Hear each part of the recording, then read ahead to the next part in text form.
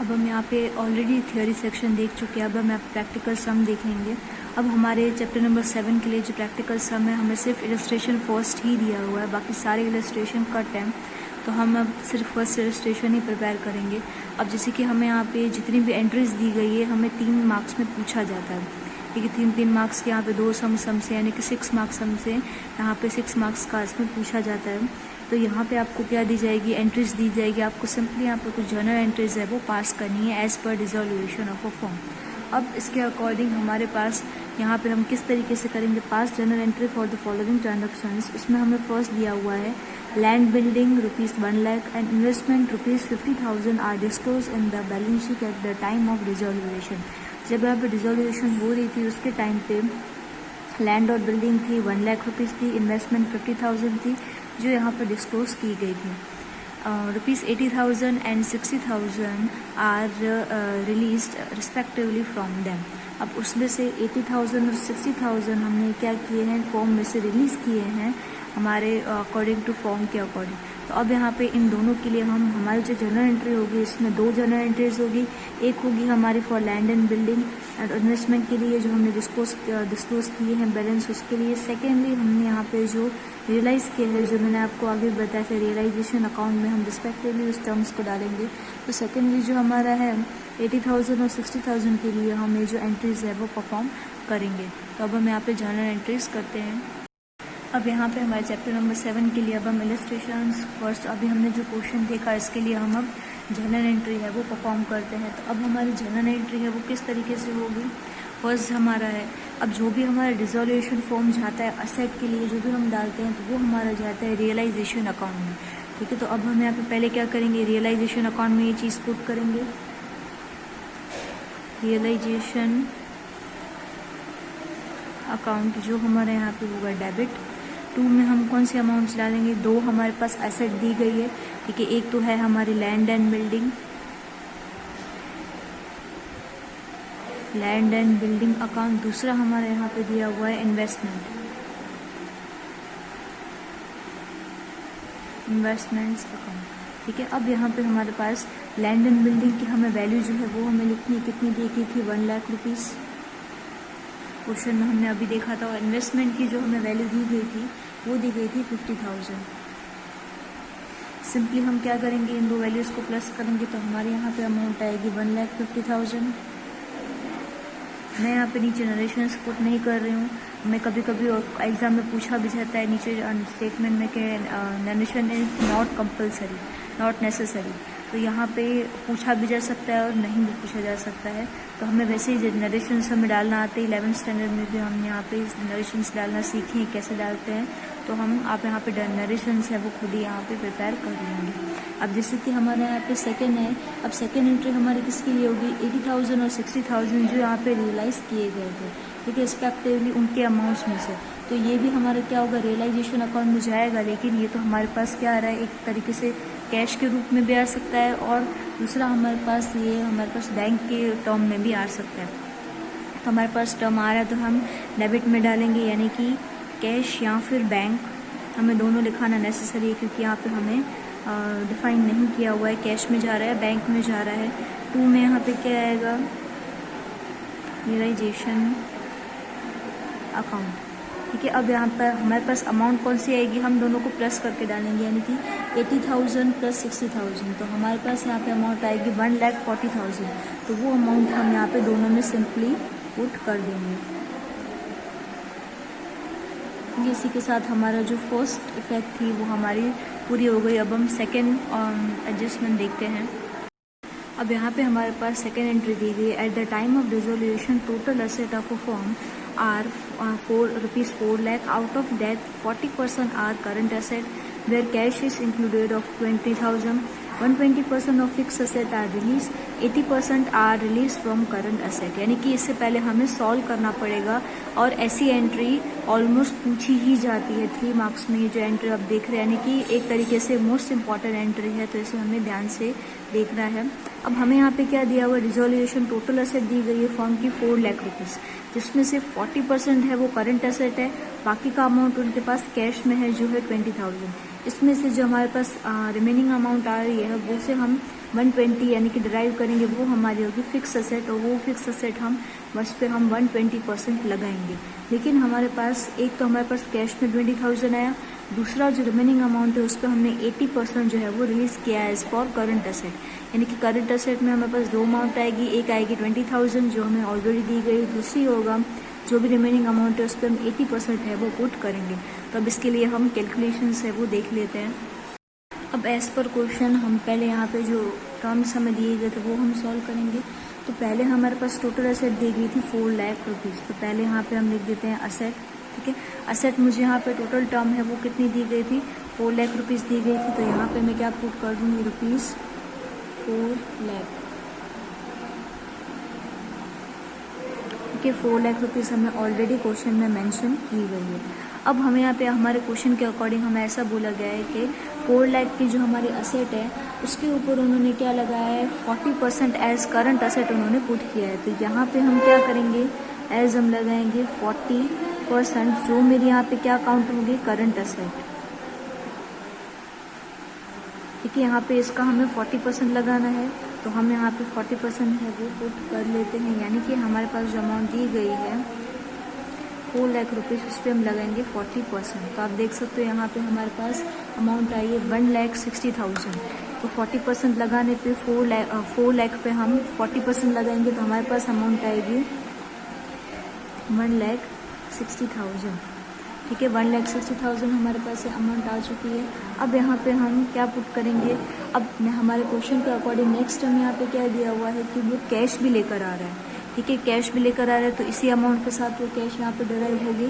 ठीक है, इसी के साथ हमारे पास जो है कैश आ रही है जो हमारी दी गई है 20,000, ऑलरेडी हमें मेंशन की गई है। बाकी जो रिमेनिंग अमाउंट है लास्ट में हमें यहाँ पे कहा गया था पहले हम फिक्स असेट को असाइड कर लेते हैं। फिक्स असेट के लिए कैलकुलेशन हम बाद में करेंगे, पहले करंट असेट के लिए कर लेते हैं। पहले हमें क्वेश्चन में था 4 लाख रुपये, जिसका 40% हमने निकाला तो हमारे पास है 1,60,000। फिर हमें यहाँ पे कैश दी गई थी 20,000। बाकी जो रिमेनिंग अमाउंट है हमें कहा गया था कि उस पर हमें क्या कितना लगाना है, 80% है वो हमें यहाँ पे, यानी कि इसके लिए हम 80% की जो कैलकुलेशंस है वो यहाँ पे हम पुट करेंगे। अब यहाँ पे 80% कौन सी अमाउंट पे हम किस तरीके से कैलकुलेशंस करेंगे। अब हमारे पास जो अमाउंट दी गई है 1,60,000 और इतना तो कैश आ चुका है, तो बाकी अमाउंट जो होगा वो 80% में कैलकुलेट होगा। तो हम क्या करेंगे, 1,60,000 में से 20,000 पहले हम माइनस कर देंगे, यानी कि 1,60,000 जो हमें यहाँ पे दिए गए इसमें से 20,000 हम करेंगे माइनस। तो हमारे पास आएगी 1,40,000। ये 1,40,000 हम पुट करेंगे यहाँ पे। इसका हमें यहाँ पे क्या निकालना है, 80% में डिराइव करना है इसे, तो इसका हम निकाल देते हैं इंटू 80%। तो हमारे पास यहाँ पे जो वैल्यू है वो कितनी आ रही है, 1,12,000। ठीक है, यानी कि नीचे जो है हम यहाँ पे क्या लिखेंगे, इसका हमने निकाला 80%, जो मेरी फाइनल वैल्यू आ रही है वो क्या आ रही है, 1,12,000। क्योंकि ये हमारे पास कैलकुलेशंस जो है वो करंट एसेट के लिए हमने डिराइव कर दी। अब ये जो है हमने क्या किया, ये हमारा रिलीज्ड अमाउंट है, रिलीज्ड अमाउंट वो हम यहाँ पे शो करेंगे। अब हमें यहाँ पे क्वेश्चन में दिया गया था कि हमें यहाँ पे 120% है वो क्या लगाना है, फिक्स असेट के ऊपर लगाना है। बट यहाँ पे हमारी कैलकुलेशन 40% के लिए ऑलरेडी हमने यहाँ पे डिराइव कर दी है। ठीक है, हम टोटल 100% में से लगाए थे, तो बाकी यहाँ पे कितना हुआ, 60% के लिए कैलकुलेशंस करेंगे। इसके लिए भी हमें पहले चाहिए फिक्स असेट, वो हमारे पास कहाँ से आएगी, हमारे पास जो असेट दी गई उसमें से इतनी तो करंट असेट है, बाकी रिमेनिंग हम यहाँ पे पुट करेंगे। यानी कि हम यहाँ पे क्या करेंगे, 4 लाख रुपीज़ जो हमें दिए गए हैं उसमें से हम 1,60,000 है वो क्या करेंगे, माइनस करेंगे। तो हमारे पास यहाँ पे आंसर आएगा 2,40,000। ये 2,40,000 हम पुट करेंगे यहाँ पे रिमेनिंग अमाउंट। इस पर हम यहाँ पे क्या लगाएंगे, इस पर हमें लगाना इंटू 120%। ठीक है, तो यहाँ पे हम लगा देते हैं इंटू 120%, यानी कि मेरा यहाँ पे आएगा आंसर 2,88,000। तो यहाँ पे हम लिखेंगे 2,88,000। जो मेरा यहाँ पे लास्ट में होगा वो यहाँ पे रिलीज अमाउंट है वो यहाँ पे शो होगा। अब हमारा अमाउंट सही है क्योंकि हमारे पास 2 रिमेनिंग अमाउंट्स बचे हैं, तो हम इसे वेरीफाई करने के लिए हम लास्ट 2 अमाउंट्स को प्लस करेंगे। यानी कि हमारे पास 2,88,000 यहाँ पे जो दिया हुआ है प्लस 1,12,000, तो हमारे पास जो टोटल अमाउंट है वो यहाँ पे क्या आ रही है, 4 लाख रुपीज़ आ रही है। मतलब हमारी जो कैलकुलेशंस है उसमें कहीं पे भी मिस्टेक नहीं है। अब हमारे पास जो रिमेनिंग अमाउंट्स यहाँ पे आई है उनके लिए हम यहाँ पे जर्नल एंट्री है वो परफॉर्म करेंगे। अब हमारी जनरल एंट्री हम फर्स्ट के लिए कर लेते हैं। वो कैलकुलेशंस तो मैंने आपको दिखाई, वो भी कंपलसरी करना पड़ेगी हमें एग्ज़ाम में। फिर हम यहाँ पे जनरल एंट्री उसके लिए दिखाएंगे। तो फर्स्ट हमारे पास पहले दोनों असेट्स को हम प्लस कर लेंगे, यानी कि पहले जो असेट है वो नीचे ही जाएगी। पहले हम यहाँ पे लिखेंगे रियलाइजेशन अकाउंट, जो हमारे यहाँ पे होगा डेबिट। 2 में हमारे पास जो दी गई, एक तो हमारे पास फिक्स असेट दी गई थी अकाउंट, दूसरी हमारे पास दी गई थी current asset.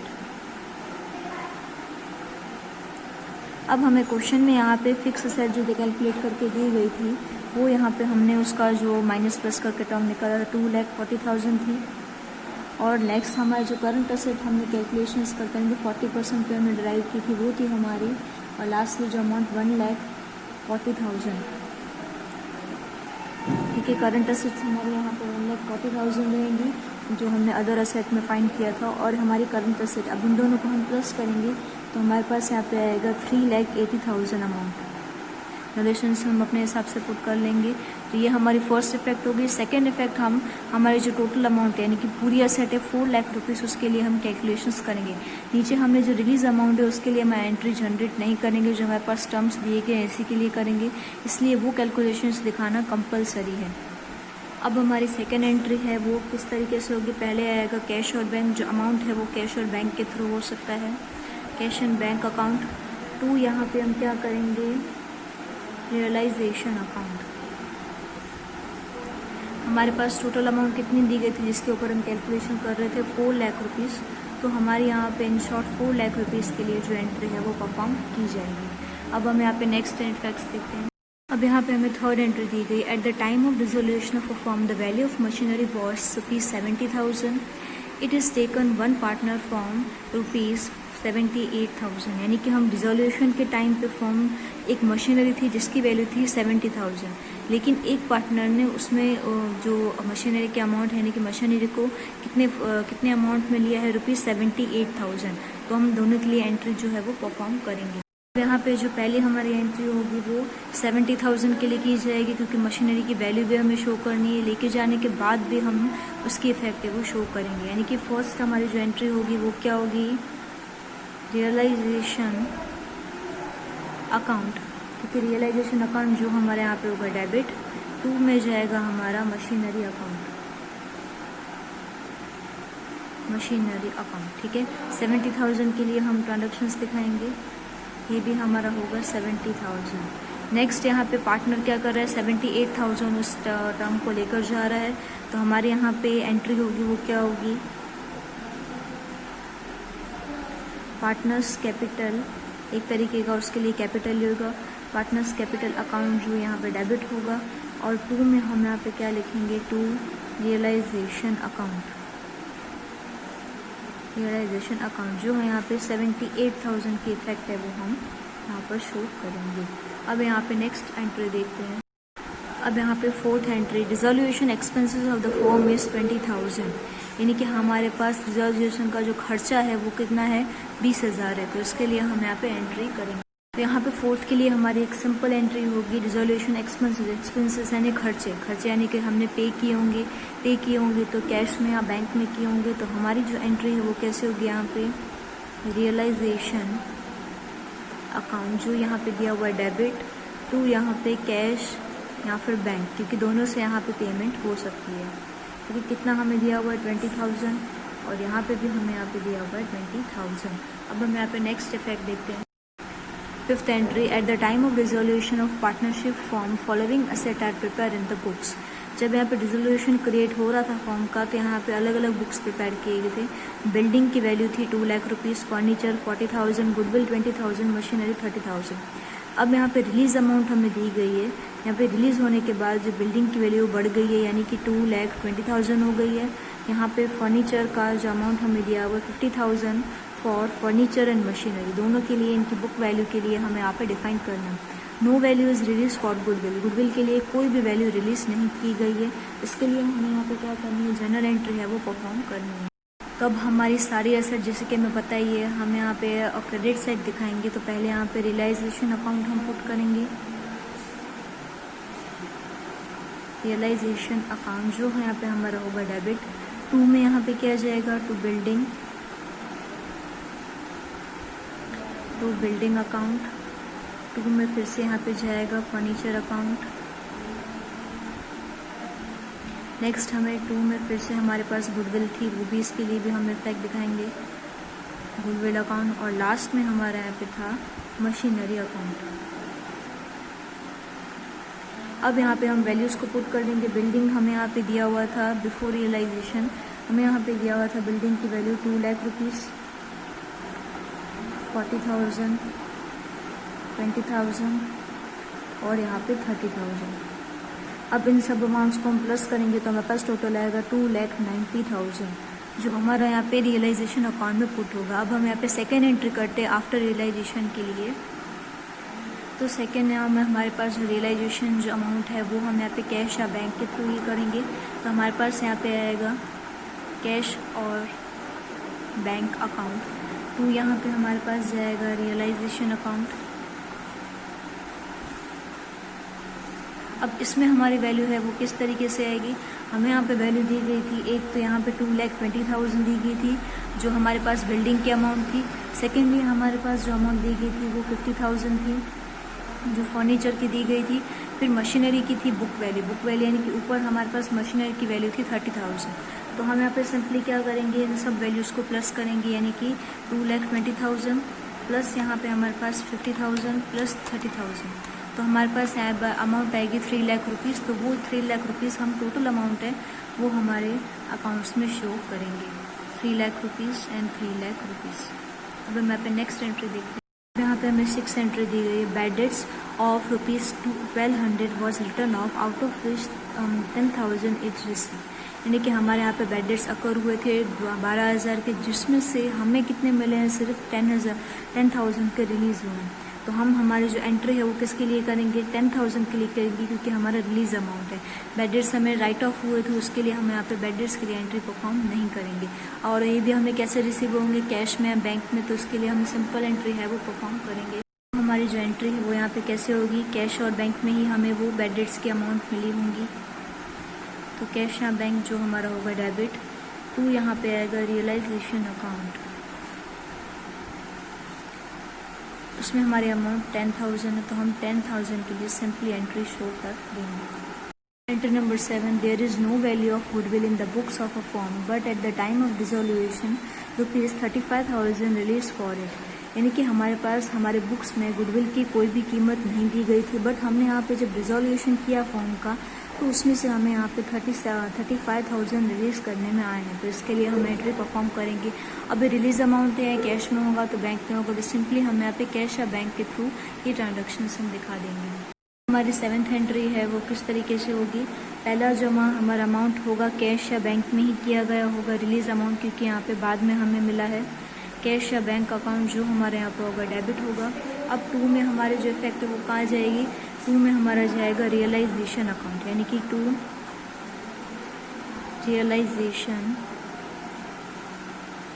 Account.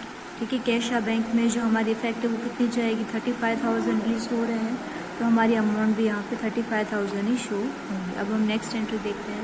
Entry number 8, partner Naresh accepts to pay ₹30,000 for bills payable. अब एक पार्टनर है नरेश जहाँ पे रिजॉल्व हो रहा है, बट उसने एक्सेप्ट किया है कि वो 30,000 एज ए बिल्स पेएबल पे करेगा। तो इसके लिए यहाँ पे हम 2 एंट्री करेंगे। पहले तो हमारी एंट्री होगी जो बिल्स पेएबल के लिए कितना 30,000 जो उसने पे किया है। सेकेंड एंट्री उसने पे तो किया है, लेकिन नरेश ने कहाँ से पे किया है, उसके कैपिटल से पे किया है, तो उसके कैपिटल की भी हम एंट्री शो करेंगे। अब यहाँ पे पहली जो हमारी एंट्री होगी, फर्स्ट एंट्री, वो हमारी किसके लिए होगी, बिल्स पेएबल के लिए, क्योंकि वो बिल्स पे कर रहा है। बिल्स पेएबल जो हम यहाँ पे दिखाएंगे अपने रियलाइजेशन अकाउंट में डेबिट। 2 यहाँ पे जाएगा रियलाइजेशन अकाउंट। अमाउंट हमारे पास 30,000 ही है, तो वही हम यहाँ पे शो करेंगे।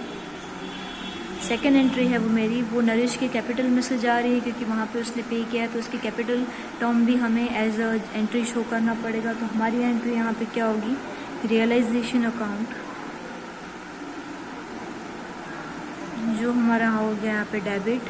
2 कौन पे कर रहा है, यहाँ पे नरेश पे कर रहा है, तो यहाँ पे नरेश कैपिटल अकाउंट, जो यहाँ पे हमें दिया हुआ है 30,000 और नीचे भी हमारे वैल्यू आएगी, वो आएगी 30,000। अब हम यहाँ पे नेक्स्ट एंट्री देखते हैं। अब यहाँ पे हमारे पास 9th एंट्री दी गई। At the time of dissolution of firm partner debtors are of ₹80,000 and creditors are ₹40,000. Partners Pratik accepted debtors of 20% less than book value and paid to creditors. यानी कि हमारी जो एंट्री है वो यहाँ पे डिसोल्यूशन फॉर्म में हो रही थी, जिसमें हमारे डेप्टर्स थे 80,000, तो इसके लिए एक एंट्री परफॉर्म करेंगे। क्रेडिटर्स हमारे क्रिएट हुए 40,000, तो उसके लिए भी हम एक एंट्री क्रिएट करेंगे। अब पार्टनर है प्रतीक है, वो कितना एक्सेप्ट कर रहा है, यानी कि हम 80,000 पे 20% लेस वो यहाँ पे डिफाइन कर रहा है, जो हमारे पास टोटल अमाउंट आएगी उसके लिए हम एक एंट्री परफॉर्म करेंगे। उसके बाद यहाँ पे वो क्रेडिटर्स को भी वापस पे कर रहा है, तो क्रेडिटर्स के जो जितनी वैल्यू थी यानी कि 40,000 के लिए भी हम फिर से एक एंट्री परफॉर्म करेंगे, यानी कि हमारे यहाँ पे इस सब में हमारे पास 4 एंट्री परफॉर्म की जाएगी। अब पहले यहाँ पे फर्स्ट एंट्री हम परफॉर्म करते हैं, तो फर्स्ट एंट्री यहाँ पे हमारे पास डेप्टर्स के लिए की जाएगी। ठीक है, डेप्टर्स के लिए यहाँ पे हम करेंगे पहले तो रियलाइजेशन अकाउंट डेबिट टू, यहाँ पे क्या किए जाएंगे, डेप्टर्स हमारे क्रिएट हो रहे हैं, तो ये सारे जो है वो ट्रांसफर होंगे रियलाइजेशन में, इसलिए रियलाइजेशन हमारे पास ऊपर आया टर्म टू डेप्टर्स अकाउंट, जो हमारे यहाँ पे 80,000 के लिए क्रिएट हो रहे हैं। देन यानी कि हमारा जो डेप्टर है वो हमने ट्रांसफ़र कर दिए रियलाइजेशन अकाउंट में, क्योंकि ये क्रिएट हो रहे थे आफ्टर डिसोल्यूशन में। सेकेंड, हमारे क्रेडिटर्स भी क्रिएट हो रहे थे, तो हम यहाँ पे क्रेडिटर्स हमारे आ जाएंगे डेबिट साइड, क्रेडिटर्स अकाउंट जो हमारे यहाँ पे होगा डेबिट टू में आ जाएगा हमारे पास रियलाइजेशन अकाउंट, जो हमारे यहाँ पे थे 40,000। थर्ड एंट्री हमारी जो परफॉर्म होगी वो किस बेसिस पे होगी, प्रतीक जो है वो पार्टनर वो डेप्टर्स को पे कर रहा है, ठीक है, बट यहाँ पे उसमें 20% लेस कर रहा है, तो 80,000 हमारे पास ये दिया हुआ है, ठीक है, लेस पे कर रहा है, मतलब 80,000 इंटू 20% माइनस इक्वल्स टू यानी कि 64,000 की अमाउंट वो यहाँ पे दिया है। तो यहाँ पे हम एंट्री है वो किस तरीके से करेंगे, प्रतीक करंट और capital account to realisation account, जो यहाँ पे मुझे यहाँ पे 64,000 दिए गए हैं। ठीक है, तो ये हमारे पास जो वैल्यू दी गई यानी कि प्रतीक ने एक्सेप्ट किए डेप्टर्स 20% लेस पे करने से उसकी बुक वैल्यू से, तो हम यहाँ पे नरेशन में पुट कर सकते हैं। देन हमारे पास फोर्थ एंट्री में हमारे पास आएगा realisation account debit to Pratik current और कैपिटल अकाउंट, क्योंकि यहाँ पे उसने डेप्टर्स को तो दिए हैं पर क्रेडिटर्स को भी उसने पे किए हैं। क्रेडिटर्स के यहाँ पे कोई परसेंटेज नहीं दिया गया, क्रेडिटर्स को 40,000 के 40,000 ही पे कर दिए हैं, तो यहाँ पे हम लिखेंगे 40,000। अब नेक्स्ट यहाँ पे हम जर्नल एंट्री देखते हैं। अब यहाँ पे हम 10th एंट्री देखते हैं। A partner Vijay has accepted responsibility for resolution produce of a firm has decided to pay remuneration of 12,000 for his task. A firm has paid him 6,000 for expenses. यानी कि यहाँ पे एक पार्टनर है विजय नाम का, इसने पूरी रिस्पॉन्सिबिलिटी है रिजोल्यूशन फॉर्म को प्रोड्यूस करने के लिए, यानी कि रिजोल्यूशन हम करेंगे। इसके लिए फॉर्म ने डिसाइड किया है कि उसको एज अ पे किया जाएगा, रेम्यूनेशन पे किया जाएगा 12,000 रुपीज़, उसके काम के लिए उसे दिया जाएंगे। यानी कि एक तरीके से हम उसे 12,000 दे रहे हैं, तो एज ए कैपिटल उसका क्रिएट होगा, ठीक है, यानी कि रियलाइजेशन में ही जाएगा वो, क्या रियलाइजेशन टू विजयस कैपिटल, जो हमें 12,000 दिखाएंगे। सेकेंडली वो यहाँ पे क्या मिल रहा है, firm has decided to pay him 6,000 for expenses, जितने भी खर्चे हुए हैं उसके लिए फॉर्म उसे 6,000 रुपये पे कर रहा है। अभी 6,000 रुपये कैश में भी हो सकते हैं, यहाँ बैंक में भी हो सकते हैं। किसे पे कर रहे हैं, विजय को पे कर रहे हैं, तो Vijay account debit to cash and pay account, cash and bank account, तो इस तरीके से हम एंट्री अप करते हैं। तो अब यहाँ पे हमारी जनरल एंट्री फर्स्ट होगी यहाँ पे रियलाइजेशन अकाउंट जो होगा हमारा डेबिट टू में, हमारा जो टर्म है टू में हम किसे डालेंगे, विजय डालेंगे, क्योंकि विजय को यहाँ पे हमने पे किया है विजयस कैपिटल अकाउंट। कितना यहाँ पे उसे पे हुआ है 12,000। तो हम नीचे यहाँ पे नरेशन में दिखा देंगे कि रिजोल्यूशन जो एक्सपेंसेस थे एक तरीके से जो हमने पेएबल किए हैं विजय को, जो इनका पार्टनर है। सेकंड हमारे लिए क्या होगी यहाँ पे एंट्री, विजयस अकाउंट, जो हमारा का डेबिट, हमने उसे अदर एक्सपेंसेस भी पे किए हैं, तो यहाँ पे टू कैश में भी हो सकते हैं या वो बैंक में भी हमने उसे पे कर दिए हैं, जो हमने यहाँ पे 6000 रुपीज़ उसे पे किए हैं। अब हम यहाँ पे देखते हैं next entry. 11th entry, income tax liability of partnership form is determined for ₹35,000, it is not recorded in the books. हमने यहाँ पे एक तरीके की इनकम टैक्स एक लाइबिलिटी थी पार्टनरशिप के अकॉर्डिंग, जो हमने पे कर दी है, जो यहाँ पे 35,000 हम यहाँ पे दिए गए हैं। It is not recorded in the books, हमने यहाँ पे उसे रिकॉर्ड नहीं किया है। रिकॉर्ड नहीं किया है तो अब हम इसे रिकॉर्ड करेंगे, ठीक है। अब हमने अगर पे किया है तो कैश में किया होगा या बैंक में किया होगा, तो हम सिंपली यहाँ पे realisation to bank entry perform करेंगे। यहाँ पे हमारी जो एंट्री होगी वो किस तरीके से होगी, रियलाइजेशन अकाउंट,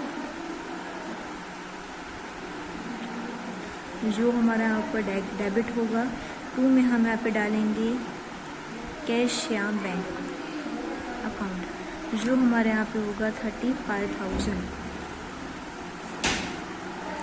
नेक्स्ट एंट्री हम करते हैं 12th एंट्री, हम यहाँ पे देखते हैं, at the time of liquidation after making payments of all liability and partners loan surplus of asset is ₹60,000, the profit loss sharing ratio of SBNI are 4:3:3। यानी कि हम यहाँ पे क्या कर रहे थे, लिक्विडेशन जो हम प्रिपेयर कर रहे थे उसमें पेमेंट के अकॉर्डिंग हमारे पास जो लाइबिलिटीज़ दी गई थी वो यहाँ पे हमारे पास जो पार्टनर्स की जो लोन दी गई थी वो कितनी दी गई थी, एसेट के अकॉर्डिंग 60,000 थी, जो हमने पार्टनर्स यानी कि हमारे पास 3 पार्टनर्स है SB और I, जिसमें हमने यहाँ पे 4:3:3 में हमें ऐसे बांटा गया। तो इसके लिए जनरल एंट्री हम करते हैं। तो पहले हम यहाँ पे एंट्री कर लेते हैं, तो तीनों के अकाउंट में जो रेशियो में और जो है अमाउंट जाएगी, तो पहले हमारे यहाँ पे आएगा रियलाइजेशन अकाउंट, जो हमारे यहाँ पे होगा डेबिट, तीनों पार्टनर्स में जाएगा, यानी कि यहाँ पे तीनों पार्टनर्स के लिए हम 2 लिख लेते हैं। 2 यहाँ पे दिया हुआ है करंट और कैपिटल अकाउंट, यहाँ पे 20 कैपिटल और करंट अकाउंट, यहाँ पे आपको पूरा टर्म्स लिखने में यहाँ पे शॉर्ट में पुट कर रही हूँ, SB, और यहाँ पे हमें दिया हुआ I करंट या कैपिटल अकाउंट, ठीक है। इसके लिए हमें यहाँ पे दिए हुए हैं 60,000, ठीक है। 60,000 के टर्म हम यहाँ पे डिराइव किए हुए हैं। अब यहाँ पे ये 60,000 को हम 4:3:3 में पुट करेंगे। हम आगे सारे चैप्टर्स में रेशियो करते हुए आए हैं, वैसे ही हमें सम पुट करना है। 4 + 3 करेंगे तो 10 आएगा हमारे पास। पहले हमारे पास S का रेशियो दिया हुआ है 4, यानी कि 60,000 × 4 / 10, यानी कि हमारे पास यहाँ पे आएगा आंसर 24,000। वो 24,000 हम यहाँ पे S का बैलेंस दिखाएंगे। सेम प्रोसेस यहाँ पे 60,000 × 3 / 10 करेंगे तो हमारे पास आएगा 18,000। ये 18,000 अमाउंट हम यहाँ पे दिखा देंगे। इसका रेशियो भी 3 दिया हुआ है, तो यहाँ पे भी 18,000 पुट हो जाएगा। यानी कि यहाँ पे तीनों पार्टनर्स में जो एक्सेसिव एक तरीके का ज़्यादा असेट हो रहा था वो हमने इनके रेशियो में डिस्ट्रीब्यूट करके दे दिया। अब यहाँ पे entry number 13, release ₹25,000 for unrecorded machine eight the time of dissolution, यानी कि यहाँ पे एक अमाउंट रिलीज़ किया गया था 25,000 का, जो यहाँ पे मशीन के लिए हमने अनरिकॉर्डेड एक तरीके का था टाइम ऑफ डिसोल्यूशन। तो इसके भी हम सिंपल एक तरीके से हम दिखाएंगे, कैश में हमने किया होगा इस release to cash to realisation, क्योंकि यहाँ पे हमने सेल की एक तरीके की फॉर्म सेल, हमने मशीन की सेल की, उसमें से हमें अमाउंट मिली है, ठीक है, जो हमने रिकॉर्ड नहीं किया। तो कैश टू रियलाइजेशन एंट्री हम दिखा देंगे। तो यहाँ पे हमारी एंट्री होगी वो किस तरीके से होगी,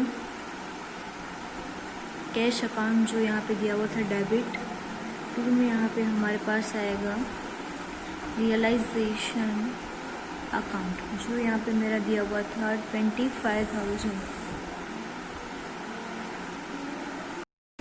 14 entry, on due payment of 35,000 unrecorded furniture of ₹20,000 given to Mahesh, the remaining amount is paid in cash. यानी कि यहाँ पे एक पेमेंट हमारा ड्यू था, बाकी था 35,000 का, और यहाँ पे एक फर्नीचर की जो अमाउंट थी वो हमने यहाँ पे रिकॉर्ड नहीं की कि जो हमने महेश को दी थी। The remaining amount is paid in cash, बाकी की जितनी भी अमाउंट्स थी वो हमने यहाँ पे कैश पे किए। तो हम यहाँ पे सिंपली क्या करेंगे, 35,000 माइनस 20,000 करेंगे, क्योंकि हम यहाँ पे एक तरीके का क्रेडिटर हुआ। अब महेश को 35,000 वो हमें देने हैं, और हमने 20,000 भी हमें जो है वो अमाउंट हमने एज अ फर्नीचर रिकॉर्ड नहीं किया है, बट टोटल अमाउंट है वो हमें यहाँ पे दिखा है। तो टोटल अमाउंट हमारी यहाँ पे आएगी 35,000 माइनस 20,000 करेंगे तो 15,000 की अमाउंट है वो हम एज ए जनरल एंट्री में शो करेंगे। अब यहाँ पे हमारी जनरल एंट्री किस तरीके से होगी, हमें यहाँ पे किया होगा। तो यहाँ पे फर्स्ट तो हम रियलाइजेशन अकाउंट दिखाएंगे जो यहाँ पे हो रहा है हमारा डेबिट। 2 में हमारी जो अमाउंट है वो कैसे जाएगी, हमने उसे कैश या बैंक में पे किया होगा। जैसे कि मैंने आपको बताया माइनस करेंगे हम 35,000 माइनस 20,000 तो 15,000 की जो अमाउंट है एज अ क्रेडिटर हमारा क्रिएट हुआ है तो उसे हमें देनी है। अब हम नेक्स्ट एंट्री देखते हैं। 15 वन पार्टनर एक्सेप्ट टू पे लोन ऑफ हिज वाइफ 40,000, यानी कि एक पार्टनर है जिसने यहाँ पे एक्सेप्ट किया है कि वो पे करेगा उसकी वाइफ का लोन जो यहाँ पे हमें दिया हुआ है 40,000। तो इसके लिए हम यहाँ पे अब एंट्री परफॉर्म करेंगे। अब यहाँ पे हमारी 2 एंट्री होगी, एक तो लोन कितने की थी उसके लिए एंट्री होगी, दूसरी एंट्री होगी जब वो पे कर रहा है तब। तो यहाँ पे फर्स्ट एंट्री हमारे यहाँ पे हम शॉर्ट में हमें पता नहीं उसकी वाइफ का नाम क्या है किस पर्पज़ के लिए, तो यहाँ पे श्रीमत यहाँ पे SMT, ठीक है। तो यहाँ पे SMT लोन यानी कि श्रीमत हम जो टर्म डिफाइन करते हैं, ठीक है, ऐसे हम यहाँ पे पुट कर सकते हैं लोन। हम यहाँ पे पार्टनर्स लोग वाइफ करके ऐसे पुट नहीं करेंगे, ठीक है, हमें नाम नहीं मेंशन किया हुआ तो यहाँ पे श्रीमत करके हम पुट करेंगे, यानी कि SMT लोन करके लोन्स अकाउंट जो यहाँ पे जाएगा रियलाइजेशन अकाउंट में।